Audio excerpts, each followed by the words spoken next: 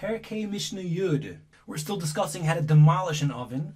This Mishnah really picks up from Mishnah Ches in this Perek, where if you remember, we discussed an oven where you broke into 3 segments. And since each segment is less than 4 tfachim, the minimal height of an oven, the Tanur is deemed demolished and tahar. But if you remember, the Mishnah there ruled, if you go and you coat the oven with a coating of clay, so that clay coating holds the oven together and makes it complete again, and it's now susceptible to tumah once again. So our Mishnah picks up from there and says if you have an oven that was cut into 3 parts, but before you coated it with oven, you've put sand in between each part, and then you went ahead and you coated it with clay. So the question becomes, does the clay coating make the oven complete, or maybe perhaps the sand in between creates a separation and we can't consider it a complete oven and it's considered still broken? So there's an intense machlokes in our Mishnah about this. The Mishnah starts off, Chatochoy chulios, if you cut segments of an oven horizontally, v'nosan chol, and you put sand, bein chulyo l'chulya, in between the segments. So Rabbi Eliezer mitaher. Rabbi Eliezer says the oven is still tahor. It's not susceptible to tumah. It can't become tameh. Because the sand in between, we cannot consider it a complete oven. Rather, it's still broken and it's still tahor. But the Chachamim argued. The Chachamim mitamin. The Chachamim said no, it's tameh. It's susceptible to tumah. The Chachamim argued quite strongly and said no, it's a complete oven because the coating of clay connects the segments, even though the sand is in between.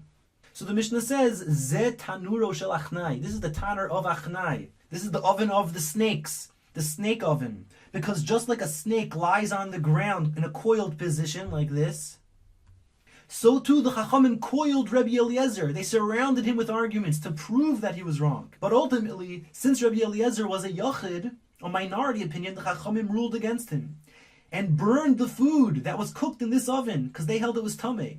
They then went and they excommunicated him for upholding his opinion against the majority opinion. Now, interestingly, his wife, Rabbi Eliezer's wife, Ima Shalom, wouldn't let him daven tachanun. She wouldn't let Rabbi Eliezer daven tachanun after that story, because she was afraid her brother Rabbi Gamliel, who had excommunicated him, would be punished, because she had a Messiah, a tradition in her family, that the gates of Shemayim, the gates of heavens, are never blocked from people who were verbally mistreated.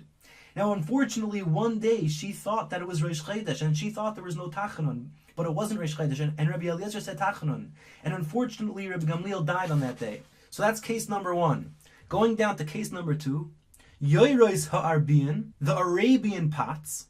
Now, these Arabian pots were actually sort of just pits in the ground, meaning in the ground they would dig a pit, and they would pour clay in the pit to create a pot. And they would then make a fire in the pit, take the fire out, and bake in the pot. So the question is this pot, which is really just a hole in the ground, is it considered a pot and is it susceptible to tumah? Or maybe it's just considered a ditch. It's considered part of the ground. And the grounds, anything that's connected to the ground and it's part of the ground, cannot become tameh. So the Mishnah says, Yoyres ha'arbian, the Arabian pots, shehu choifer ba'aretz, where they were digging the ground, v'toch betit, and they would smear clay in that pit. So the Mishnah rules, im yochal atiach, if the coating is able, lamod, it's able to stand bifnei atzmo, by itself, if they poured in the tit so thickly that even if the walls of the ground would move away, the pot would stand on its own. So then tomei, it's considered a pot, it's not considered the ground, and therefore it's susceptible to tumah. V'im lav, but if the pot couldn't stand up without the ground, tahar, it's not considered a pot, it's considered part of the ground, and it's tahar. V'zeh Tanuro Shel ben Dinai. This is called the oven of Ben Dinai, which was a famous murderer who was always on the run, and therefore he always had to just dig holes to make his ovens like this. Now it's your turn to read the Mishnah.